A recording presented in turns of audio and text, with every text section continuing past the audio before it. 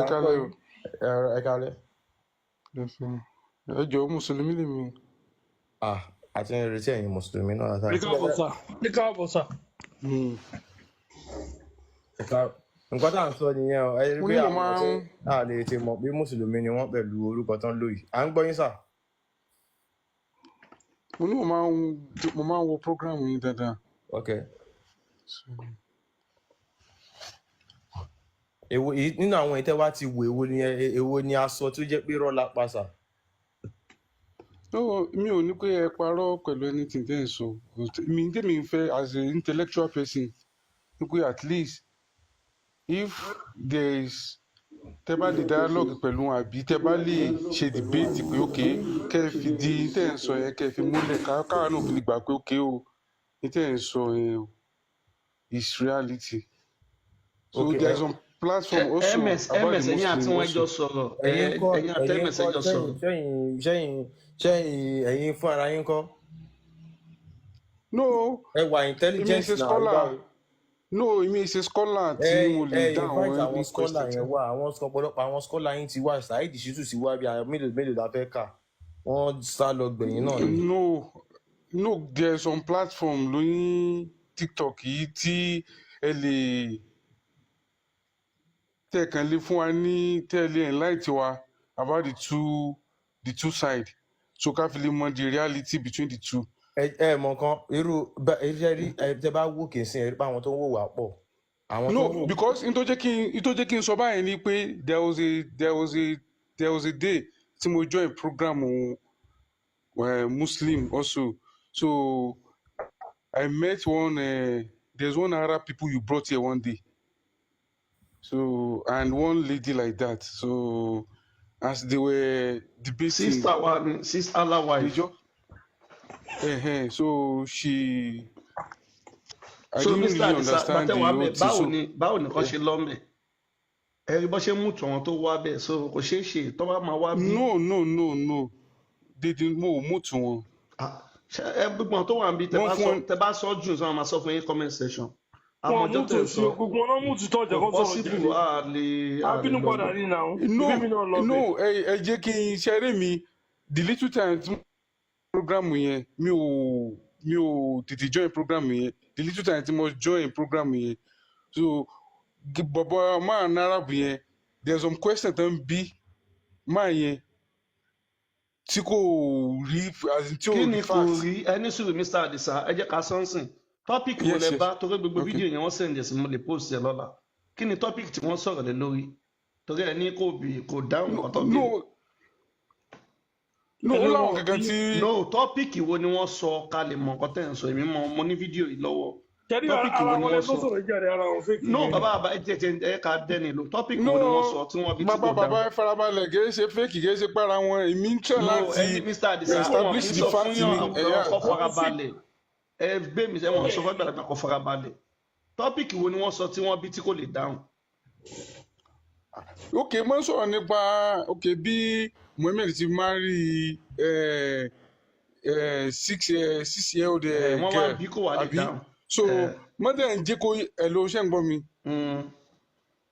So mọ́dẹ̀ ń fún ní fact pé ok o kọ́ lọ wo àwọn country by during so time. Mr. Adisa mo wo fídíò yẹn èmi ò lọ sí live yẹn bọ̀ mo wo fídíò yẹn mo tún wò lẹ́yìn tó ṣe tán ìgbà tó fẹ́ parí gan ó sọ fún ẹni tó ń bá ṣe pé bọ̀ ìwọ pera pé scholar ni ẹ tíyẹn gan dá síjà pé ẹ wo bó ṣe ń bá òun sọ̀rọ̀ ó ti ń bóun náà ìyẹn wò pé ìwọ tó pè scholar ẹni ẹjẹ ń délẹ̀ náà ṣe bẹ́ẹ̀ ni wọ́n ń bí kò mọ̀ ọ́n kan kẹ́lẹ́ mọ̀ pé mi wo fídíò mo tún wò ìyẹn sọ pé ṣé ìwọ tó ń pera ẹ scholar lélẹ́ ó mọ̀ kankan náà nínú fídíò yẹn yẹn sọ fún pé kó gbéwèé yẹn lọlẹ̀ wá gbàdí sí yẹn lọlẹ̀ ó ní kó ka bíbà ìyẹn dẹ̀ kà ìyẹn sọ fún pé kí ni wọ́n kọ sí bíbà òun náà confirm pé àlàálì ní láti fẹ́ ọmọdé ẹni tó pe ẹ̀ ń scholar wá padà sọ pé but kò kí ń ṣe dandan ìyẹn ní ṣáàlálẹ̀ náà àbíkò ń ṣáàlálẹ̀ ó láàlálẹ̀ ni kí wàá lè fẹ́ kó sọ ṣé kò ti win nǹkan tó mú jáde ìyẹn nǹkan tọ́pìkì ni pé nínú Islam wọ́n lè fẹ́ ọmọ kékeré ìyẹn dẹ̀ mú jáde bẹ́ẹ̀ dẹ̀ rí ń bẹ̀ so ẹ wá ní ẹ má rẹ̀ máa post fídíò yẹn bí ọ̀la àbálẹ̀ so nǹkan tá à ń sọ kò gbẹ dandan kẹ́yìn náà jẹ́ scholar nǹkan tẹ́mi fẹ́ béèrè lọ́wọ́ ẹ̀ ni pé ṣé ẹ̀yin lè fi ọmọ yín ọmọ ọdún 6 ṣe lè fi lọ́kọ. ọmọ mi ọdún mẹ́fà ṣé mo lè fi lọ́kọ. bẹ́ẹ̀ni. based on her stature now. no ẹ fi stature nínú and ìwé again no ẹ dúró kẹtó bí mi rè rún kaba yẹn no. ẹni sùúrù nínú ìwé yín àtòfin ẹ̀sìn yín wọ́n ní nínú ṣẹ̀ríà lọ ẹ lè fi ọmọ ọdún mẹ́fà ẹ lè fi lọ́kọ wọ́n dẹ̀ lè bá a sùn tó bá ti kọ gbàmọ́ púpọ̀ ọmọ ọdún mẹ́sàn-án wọ́n ní tẹ bá ti wo ara ẹ̀ pé ẹ lè fi nǹkan sí lára èmi wọ́n á béèrè lọ́wọ́ yín pé ṣé ẹ lè fi ọmọ yín ọmọ ọdún mẹ́fà lọ́kọ. no ẹ má misinterpret ẹ má dúró de kìíní. scholar yín tó sọ̀rọ̀ ẹ̀yin gangan ní kẹ́ sọ̀rọ̀ fúnra yín. ní táwọn ń tẹ̀ láti sọ ni pé sẹ́ńtírì yẹn làwọn sọ sẹ́ńtírì yẹn làwọn sọ wọ́n sọ̀rọ̀. ẹ jẹ́ bèrè nǹkan lọ́wọ́ yín ní sẹ́ńtírì yẹn ṣé mọ̀ pé Muhammadu ìgbà tó fẹ́ fẹ́ ọmọ ẹ̀ ó lọ́mọ tòun kéré òun dẹ̀ fẹ́ ọmọ kékeré so kí wàá lè fẹ́ sọ nípa sẹ́ńtírì yẹn. source kí ni source ń tẹ sọ yẹn.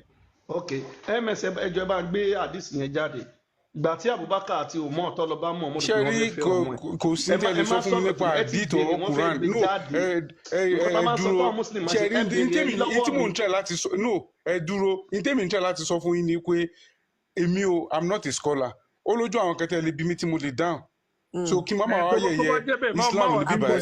if you know your scholar tí kò no yé máa bí kì í sábò sí ẹ farabalẹ̀ ẹ establish. kókó bó ṣe ń ṣe lọ jàre. ṣe bí ẹ fẹ́ mú tọrọ ni ẹ establish ẹ invite no ẹ dúró ó lè má jẹ́ platform yìí ó lè má jẹ́ platform yìí ẹ invite ẹ go to the another platform. ẹni sùúrù kọ gbé kinní jáde fún yín ẹ má wulẹ̀ lójoojú. ẹ má bínú bàbá ẹ fi ẹni ẹ jọ ẹ má olówó bínú. èkó kẹmẹsì gbé àyà ó gbé àdìsí ẹ jáde. ims máa gbé jáde tms tó gbé jáde kèmí èmi ṣe scholar mr adisa ẹni sùkò gbẹ dandan kò kẹjẹ sí tẹ́ ẹ lè sọ fún mi tí mo lè tẹ́ ẹ lè. ẹni sọ ní dandan kẹjẹ scholar bá afẹ́kẹ́ mọ̀ pé ẹni tẹ́ ń tẹ̀lé àti Allah àti Muhammadu afẹ́kẹ́ mọ̀ pé olófo lọ́wọ́ méjèèjì ẹ jẹ́ kí ọkọ tí ms ó gbé tí wọ́n jáde jẹ́ kàkan fún yín Sunnah Abu Dawud 3903 Aisha ní ìyá òun fún òun ní kùkùmbà kára òun lè tóbi àti èso kan tó ń pè ní date kára òun lè tóbi kóun lára tíntínní bọ́dà ìṣìyẹn fún òun tán wọ́n dẹ̀ mú lọlé Muhammadu dẹ̀ bá sùn ó nígbà tóun wà ń bẹ̀ gan òun yìí ń fi bèbí ṣeré ẹ jẹ́ kó gbé ẹ̀kan jáde ẹni láyé ìgbà yẹn wọ́n ń ṣe wọ́n dẹ̀ fẹ́ fẹ́ ọmọ Muhammadu kò dẹ̀ gbà kò gbẹ́nu náà kẹjẹ́ skọ́là tẹ́ tó mọ̀ tọ́ náà nǹkan tá à ń sọ fún yín nìyẹn. kò nídìí pé à ń pariwo mọ́ wọn àwa máa ń sọ̀rọ̀ bíbá yìí pẹ̀lú evidence ni àwọn nọkàn máa ń bá àwọn bàbá wọn lórúkọ jẹ́ ìkan tó dẹ̀ dà wá pọ̀ lẹ̀ Yorùbá làwọn irúmọlẹ̀ wa àtàwọn òrìṣà wa ìkan tó dé gbogbo wa máa jẹ́ Yorùbá lé ní nìyẹn láì sí àwọn òrìṣà yẹn àwọn irúmọlẹ̀ yẹn gbogbo wa níwà ibà yìí láti pé ẹ̀yin bá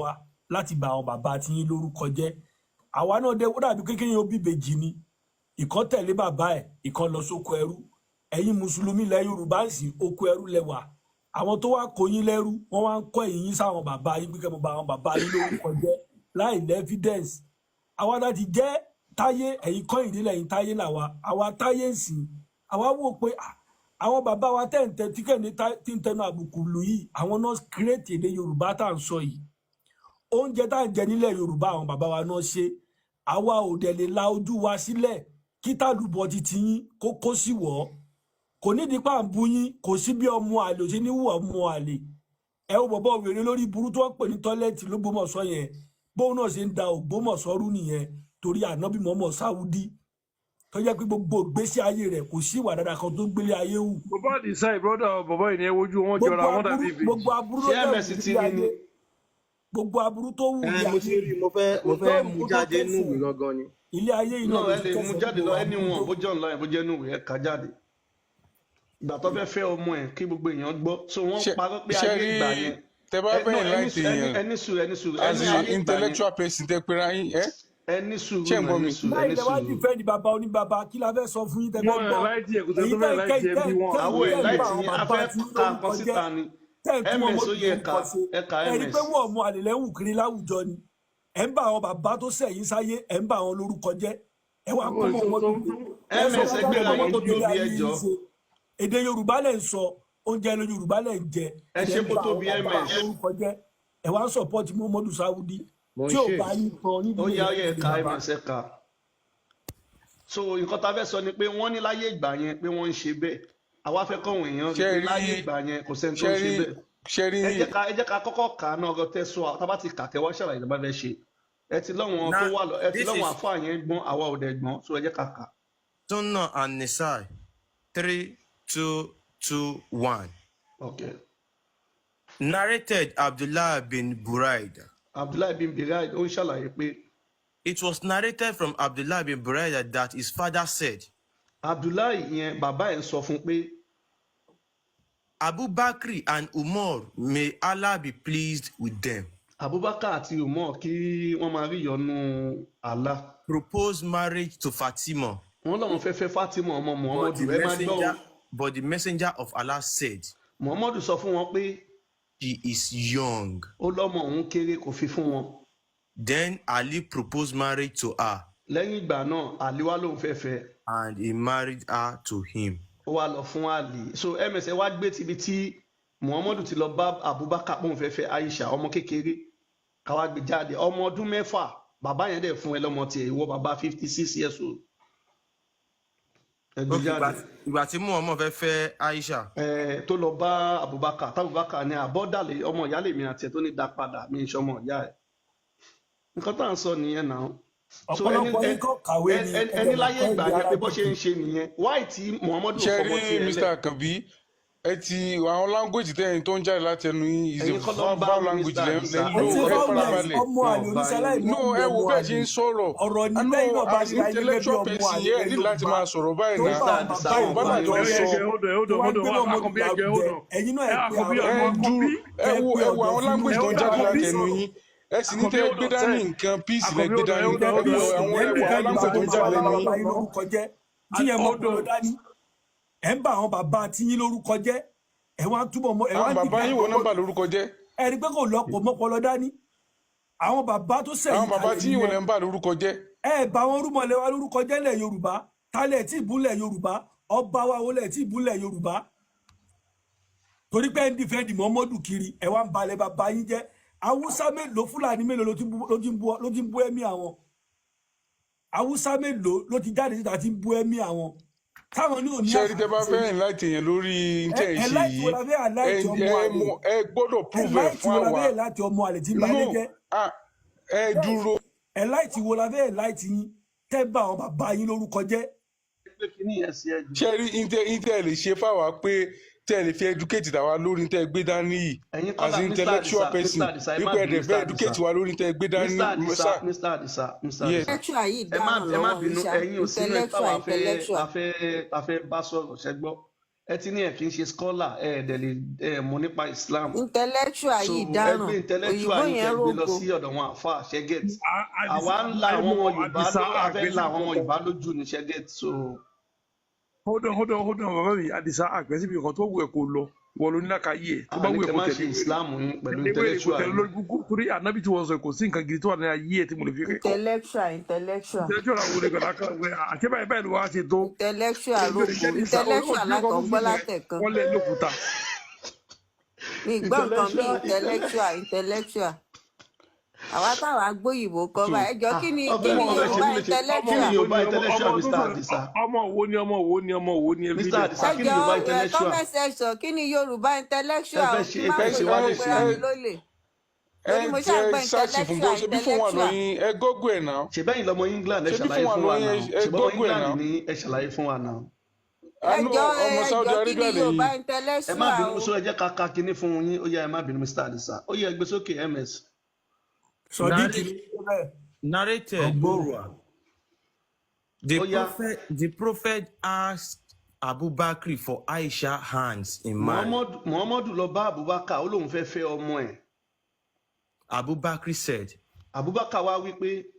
But I am your brother. Muhammadu ọmọ ìyá lèmi àti ẹ̀ kí ló dé tó fẹ́ fọ́mọ mi ọmọ kékeré ni. Muhammadu wí pé. No, you are my brother in Allah's religion. Muhammadu lèmi àti ẹ̀ ò tán o akànjọ tán nínú ẹ̀sìn Islam náà àti Kùránì. But she, Aisha, is lawful for me to marry. Ó ní Aisha ẹ̀tọ́ òun ni kóun fẹ́. Olórí burúkú. Gbogbo èèyàn tẹ́ bá fi intellectual ẹni sùúrù tẹ́ bá fi intellectual tí bọ̀dá Àdìsá ń sọ wò ṣe é pọ́wọ́ agbára ló fi gba ọmọ yẹn lọ́wọ́ ẹ̀. gbogbo tẹ́ ń sọ yẹn gbogbo tẹ́ ń ká yẹn pirate. Mr. Àdìsá ẹ̀rọ pàmẹ́kì iná àwa la kọ nǹkan tá à ń kà síta. àwọn pirate orí omi. so láti fíìmù ń bí ni fíìmù máa ń ṣe kọ̀ǹpárẹ́sì. ẹgbọ́n kan tí ànábì sọ bàbá yẹn sọ pé òun fẹ́ fún lọ́mọ ó fọwọ́ agbára gbà á torí ànábì ní ọmọọṣẹ́ tó pọ̀ gan eruku tó pọ̀ so ẹ jẹ́ ká wá. ok sísá tó tiẹ̀ ń sọ̀rọ̀ pọ̀.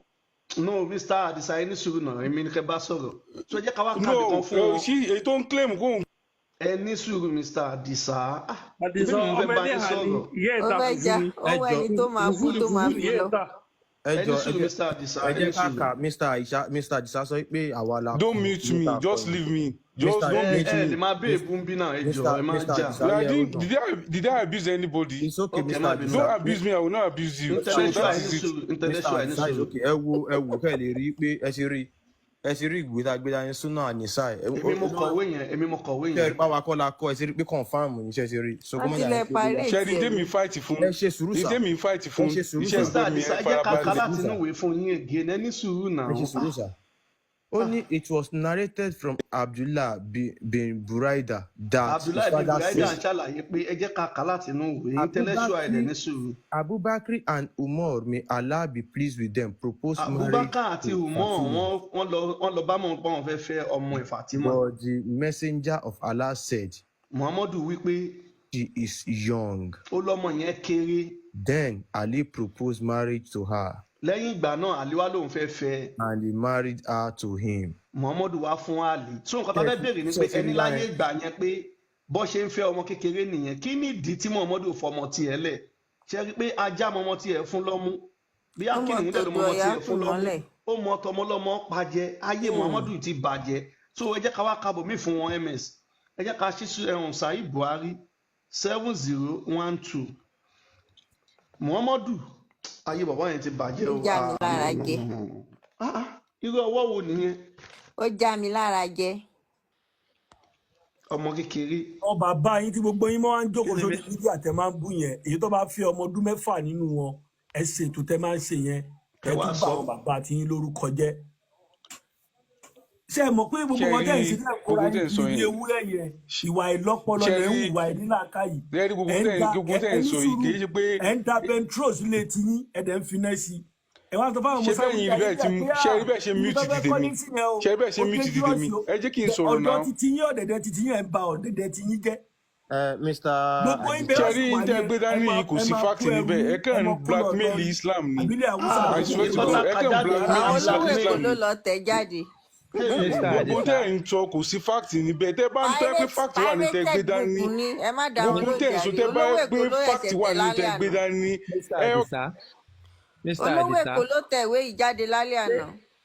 ẹ lè fi ọjọ́ kan ní ìgbàgbọ́ sí nǹkan tẹ́ ẹ rí nǹkan tẹ́yìn náà ń kà fúnra yín tán dẹ̀ ń kà fún yẹn dẹ̀ ń sọ ìsọkúsọ báyìí kí ló ń ṣe yín orúkọ tẹ́ ẹ jẹ́ tẹ́ ẹ ń ṣèdà rẹ báyìí ṣé ẹ lè fi ọjọ́ ẹ lè ronú fúnra yín ni kí ló dẹ̀ ń ṣe báyìí. ronú pé kí ni ronú fún kí ni ìtí mo believe tó ń jẹ́ mi ìtí mo ń pè tó ń jẹ́ mi so kí wá ní kí ni tẹ́ fẹ́ sọ nípa èyí tó máa ń mi lójú.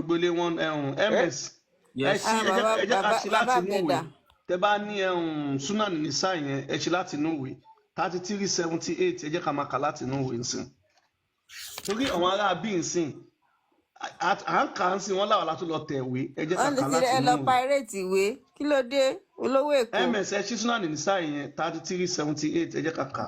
337 olówó èkó ẹ̀tọ́ rẹ̀ ti tẹ̀ ń béèrè ó wà l'Ábùjá ó wà lọ́dọ̀ ó lọ tọrọ owó l'Ábùjá báyìí ó ń ṣe lọ́wọ́lọ́wọ́ báyìí. ẹ má wọlé ẹ ti ṣe ẹsìn. Bàbá Àdìsá yẹn wọ́n ti rí wípé bàbá Àdìsá ti rí pé ojú àwọn èèyàn ti ń la àwọn èèyàn fẹ́ lọ sí Mẹ́kà mọ́ kò sówó Mẹ́kà kò sówó múra ẹ lọ wáṣẹ́ ṣe. ṣe rí intẹ́yìn believe intẹ́ gbé dání yẹn fact ní lọ́dọ̀ títí fact kọ́ ni lọ́dọ̀ tí yàn mọ̀ ẹ̀ẹ́dẹ̀ fáwọn tó ń kalẹ̀ náà. kùránà bá di ṣẹjẹ ká pọ́n kùránà tàdé sílẹ̀ ẹjọ́. àwọn tó wà sálẹ̀ àwọn ọmọ ṣe fact tó wà lọ́wọ́ yín yẹn. ms ó yẹ ẹ̀ka jáde. ṣé òun ni.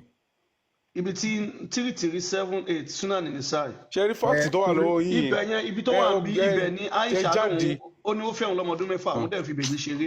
ṣe rí gbogbo dẹ̀ ṣe yẹn kò lè change anything nínú Islam ìwọ ló lè change jáde lórí system nígbà yẹn. kẹrù lè dá kúrò lóko ẹrú òun ni. nígbà tó lóye bá fi yẹn kò sí nǹkan kan tó fẹ́ ṣe fún Islam wà ìṣó. Àdìsá ẹgbẹ́ ọ̀dọ̀ Àdìsá ọmọ olúwo ni ẹ ọmọ olúwo ni Àdìsá. ọmọ Ọ̀yọ́. Ẹjọ́ afẹ́ ká afẹ́ ká ẹ̀hún ms gbẹgbẹ́ òsòkè ẹni yìí ẹ fẹ́ ká fẹ́ ní ilé. kí lẹ ń béèrè ibi tí mo ti wá lọ́yọ̀ fún. ẹrú ò lè fi bàbá adìkẹ́ máa wọ́n ẹni yìí wọn lápọn ní tẹ́bá yín bá wọn sọ̀rọ̀ wọn máa kọ́ ms ó yẹ gbé sókè. It was narrated that Aisha said. Aisha ń ṣàlàyé pé. Mom, the messenger of Allah married me when I was 6. Muhammadu fẹ́ Aisha nígbà tó wà lọ́mọdún 6. And consummated the marriage with me when I was 9. Muhammadu dẹ̀ bá òun sùn nígbà tó òun jẹ́ ọmọdún 9. I used to play with dolls. Aisha lóun máa ń fi bèbí ṣeré bèbí onígi. Mr. Adisa kílẹ̀ tún ìfẹ́ sọ lẹ́nu kí ló kù lẹ́nu ní tẹ́fẹ́ sọ. So ms bí Mr. Adisa ṣe wà ń bí yẹn tó ń dùn wọn yẹn jẹ́ ká ka bí Muhammadu bó ṣe bókù sùn àti bí àwọn Muslim ṣe lè do ajá tó lè do ẹran kẹ́tẹ́kẹ́tẹ́ ẹ jẹ́ ká kà síta káwọn èèyàn tún jàǹfààní ẹ̀ lé ní. olówó Èkó ṣe ń gbọ́ mi olówó Èkó ẹ jẹ́ kí n sọ kankan ṣe rí kò àìsàn ẹ̀tù gbogbo. mi ìbá yín jà náà ms ẹgbẹ́ síta. kò sí tẹ̀lé ṣe àìsàn ẹ̀tù gbogbo tó. Àdìsá mufti ẹni sùúrù Àdìsá ò mọ nǹkan kan o ẹrú ò lè dáfi rẹ̀ lẹ̀ o láì jẹ́ pé olówó ẹ̀ túlẹ̀ ẹrú ní ìwọ lọ́dọ̀ àwọn àràbù tó ọba tú ẹlẹ̀ ò lè ẹ̀fà kó olùkọ́ ẹrú ò lè dára ẹrú kò lè dára ẹ̀ túlẹ̀ bẹ́ẹ̀ ni ẹrú ni mí mo gbà ládùúrà kí n kú sínú ẹrú mo gbà ládùúrà. So ẹrú ò lè dára ẹ̀ fílẹ̀ o olówó ẹrú ló máa ń fi ẹrú lẹ̀. iṣẹ́ ń bọ̀ mo gbà ládùúrà kí n kú sínú ẹrú yẹn. ẹjọ́ Mr. Adisa ẹ mútu fún wa ẹjọ́ afẹ́ kankan ẹ pọ́n àdìsílẹ̀ àti Quran ẹjọ́. ó tún náà fẹ́ kú sínú ẹrú. wọ́n sì gbé lọ land of no return. ó yẹ ẹjẹ́ àkànkan fún ẹrú kẹrú gbọ́. wọ́n ní tàbá kẹrú inú ẹrú á bàjẹ́ àti Mr. Adisa lẹ́yìn. Ibn Abbas ṣàlàyé pé. I, Muhammad, put on her my shirt. Muhammadu bọ́ aṣọ rẹ̀ ó wọ̀ fún òkú Fatima. That she may wear the clothes of heaven. Tó bá ti wọṣọ yẹn aṣọ yẹn á lè jẹ́ aṣọ àlùjọ náà fún Fatima. And I slept with her in her coffin grave. Muhammadu dẹ̀ lọ ń bá òkú Fatima sùn nínú sàárè ó ń dó doggy style cow standing. Ayé ò ní dábí tó bá wà. That I may lessen the pressure of the grave. Muhammadu ní bóun ṣe bá òkú yẹn sùn yẹn òun máa bá dé ìyanu ìsà òkú. She was the best of Allah's creation to me after Abu Talib. Muhammadu ní lẹ́yìn Abu Talib Fatima ló tún dá nínú àwọn èèyàn tí Allah dá. The prophet was referring to Fatima, the mother of Ali. Muhammadu ń bá Fatima ìyá Ali wí ìyá òkú. Demetrius explains. Demetrius ṣàlàyé pé. The Arabic word used here for slept is istajat. Èdè Lárúbáwá tó ń lò fún kéèyàn báyàn ní àjọṣepọ̀ ń jẹ́ ìstájà kọkùnrin bá obìnrin sùn. And literally means lay down with her. Tó túmọ̀ sí kéèyàn báyàn sùn kéèyàn báyàn lájọṣepọ̀. It is often used to mean lay down to have sex. Ó túmọ̀ sí pé kí ọkùnrin àti obìnrin kọ́jọ ṣe nǹkan fúnra wọn kó ní àjọṣepọ̀ tọkọláya. Muhammad is understood as saying that because he slept with her. Muhammadu ṣàlàyé tó jẹ́ kó yé wọn pé bóun ṣe bá obìnrin yẹn lájọṣepọ̀ tóun fún ní cow dead body. She has become like a wife to him. Ó ló ti di ìyàwó fún òun nìyẹn Muhammadu dókùdókù. So she will be considered like the mother of the believers. Muhammadu ní bóun ṣe dóòkú Fatima yẹn ó ti di ìyá àwọn Muslim báyẹn. Ó ti di ìyá ńlá yá wọn. Ìyálàyà àwọn Muslim. This will supposedly prevent her from being tormented in the grave. Ó ní bóun ṣe bá sùn yẹn ilé máa jẹ́ kó dẹ ìyanu ìsà òkú. Since Muslims believe that as people wait for judgment day. Nígbà tí àwọn Muslim nígbàgbọ́ pé wọ́n máa ń dúró de ọjọ́ ìdájọ́. They will be tormented in the grave. Tó jẹ́ pé ìyà máa ń jẹ wọ́n nínú ìsà òkú. To reduce the pressure here means that. Láti bá dẹ ìyanu ìsà òkú túmọ̀ sí pé. The torment won't be as much because she is now a mother of the believers. Ìyanu ìsà òkú yẹn ò ní pọ̀ torí òkú Fatima yẹn ń sìn ó ti di ìyá àwọn Muslim. after Muhammad slept with her and consummated the union. lẹ́yìn tí muhammadu bá òkú fatima sùn tó dẹ̀ ṣe àjọṣepọ̀ wọn so ẹ sọ bí tá ti kàkà wá ka bí muslim ṣe lè bá ẹran sùn kí bọ̀dá àdìsá gbogbo ẹlẹ́dẹ̀ àdúgbò wọn kọ́ lè lọ máa bá sùn. olóyè mọ̀ ń bọ̀ Àkànbí. ẹ̀rí àdìsá yìí kó tó sọ̀rọ̀ ẹjú kọ́kọ́ kálífù náà ká tẹ̀ bí bóyá muslim ni àbí òsè muslim. bẹ́ẹ̀ ni a fẹ́ ka orúkọ bí tá ti ka kínní ìkadẹ̀ka bí bọ̀dá àdìsá kọ́ mọ̀ pé àwọn lè bá ẹran sùn ládùúgbò wọn. So bọ̀dá àdìsá ẹ screenshot here cancel the home of the treasure of deeds by ẹlòmíì fẹ́ jẹ́ muslim lásán ni tó fẹ́ para ẹ̀. volume 13 page 609 610 ó yẹ ṣì bí muslim ṣe lè bá ẹran sùn ẹ jẹ́ kàkà fún bọ̀dá àdìsá. ọmọ yàrá sàràtú ni o. ẹ lọ máa pìpì ẹ lọ́la tẹ bá rí ẹlẹ́dẹ̀ ládùúgbò yín ẹ lè bá sùn tẹ bá rí ewúrẹ́ ẹ lè bá sùn a máa kà á fún yín nínú Islam àlàálì ni ẹ lè bá ewúrẹ́ sùn ẹ lè bá ẹlẹ́dẹ̀ sùn ẹ lè bá já sùn. oṣù ẹ ti ṣe tán. ẹ jẹ́ kàkà àti ìṣẹ̀tà ẹgbẹ́ sókè ms. Man can have sex with animals. ọkùnrin mùsùlùmí àbí obìnrin wọ́n lè bá ẹranko sùn. such as sheep, camels and so on. Bíi àgùntàn, kẹ́tẹ́kẹ́tẹ́, ewúrẹ́, ẹlẹ́dẹ̀, aláǹtakùn, aláǹgbá, ọmọ onílé, gbogbo ẹranko lẹ́lẹ̀ bá sùn bí ìjàlọ ẹlẹ́ bá wọn sùn. ẹjọ kẹtọ wọn mute wọn tá a bá ka bí ìtàn máa sáré ṣe fídíò kan ẹjọ. àbí ejò ẹlẹ́ bá sùn. However, it should unalive the animal. It should unalive the animal after he has his orgasm. Ẹ̀yin Muslim tí ẹ bá ti bá ẹranko sùn bíi Rakunmi, kẹ́tẹ́kẹ́tẹ́, ewúrẹ́, ẹlẹ́dẹ̀, ọmọ onílé, aláǹgbá, aáyán, ìdun, èkòló, ejò tẹ́ bá ti bá wọn sùn tán ẹ gbúdọ̀ pa ẹ gbé sókè. He should not sell the meat to the people in his own village. Tí ẹ bá ti bá àwọn ẹran ìsùn tán ẹ má tà sí àdúgbò yín o. But selling the meat to a neighboring village is reasonable. Kẹ́ ẹ lọ tà sọ́nà jíjìn torí ó ní fúndì tó dáa. Ó yá ẹjọ ẹwọn mi. Ẹ̀ka ibi tá ti kà ẹ̀ka yá aṣọ ibi tá ti kà wọ́n á lè lọ kà ms. Ok ẹ kì í sọ ibi tá ti kà mo fẹ́ sáré ṣó. Ó ṣe pàtàkì. So ẹ̀yin náà wo irú nǹkan yẹn ni àwa ń sọ fún ẹrú wa ń bá wa ká ní kẹ́rù má ṣe. Reference yẹn ni ẹ ti rí Tahrir al-Wasila chapter of concerning animal. Masala number 23. ms ẹ ṣe ẹ̀pù kan fún Àdìsá ọmọ ẹrú. mo ń bọ̀ ẹ kú fídíò. ẹ ṣe ẹ̀pù kan fún Àdìsá ọmọ ẹrú ẹ bá wa kábi tí wọ́n ti ń bọ òkúta ní sáwọ́. ẹ máa bọ òkúta. kẹ́mẹ̀sì máa ṣe títọ́ kí o fẹ́ o kẹ́mẹ̀sì máa ṣó díẹ̀ fún àwọn èèyàn. ó fẹ́ tó kó bọ̀ ń dì ní o. tẹ̀sí rí ẹyin yẹn tẹ̀sí rí. ó fẹ́ tó kó bọ̀ ní o.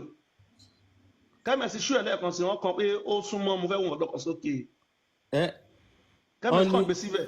Ọlọ́run má bínú sí wa o ẹ má ṣó ẹ púpọ̀ o. so ẹ rí àwọn Muslim dẹ́ ń ṣe nǹkan tí Muhammadu àtàlà àwọn sọ fún wọn pé kó máa bá ẹranko sùn kò bá jẹ́ Rakunmi, ejò, kẹ́tẹ́kẹ́tẹ́ tí okun wọn bá lè wọ ìdí aláǹtakùn kó bá sùn ọmọ onílé ni o aáyán ni o kò sí ẹranko tí Muslim ò lè bá sùn inú ìwé wọn la ti ń kà jáde Muhammadu dẹ̀ ṣe ó bá kẹ́tẹ́kẹ́tẹ́ sùn ẹ wo orí ẹ̀sìn tí wọ́n gbé wá sílẹ̀ wa tó fẹ́ fi balẹ̀ wa jẹ́ ẹ lè gbé tẹ́ tó sọ̀rọ̀ ẹ má bínú a fẹ́ mọ̀ pé bí a Muslim ní ẹ má bá wa ka alifatia bá fatia bá tẹ́ bá mọ̀ pé a fẹ́ rárí dájú pé Muslim ní ẹ ṣe. ẹni yóò mọ̀ pé òun tún máa jó náà kò mọ̀. ẹ lè gbóhùn sókè kẹta alifatia ká mọ̀ pé Muslim ní. mo kọ́ alifu kò sí nǹkan tí alifu fẹ́ ṣe fún yín tí mo bá kà fún yín. no a fẹ́ fi mọ̀ bí a Muslim là ń bá sọ̀rọ̀ ẹ̀ka alifatia. yóò ní mí nì. ẹ bá ti lè ka ẹ bọ́lẹ̀ mi ò kálí fún yín yóò ní mí nì. ẹ bá ti lè ka ẹ bọ́lẹ̀. ẹni yóò ṣe Muslim. àwọn babaláwo wa ni nígbà tí mi ṣe Muslim. Àdìsá ògò ó tutù ni Àdìsá eléyìí ògò ó tutù ni. Ìwọ gan tutù bí ẹ̀kọ́. kúrò gbá lẹ́nu ẹ̀. èbú náà ẹ mẹ́ni tó ń bá sọ̀rọ̀ lórí ẹ̀ yìí ni.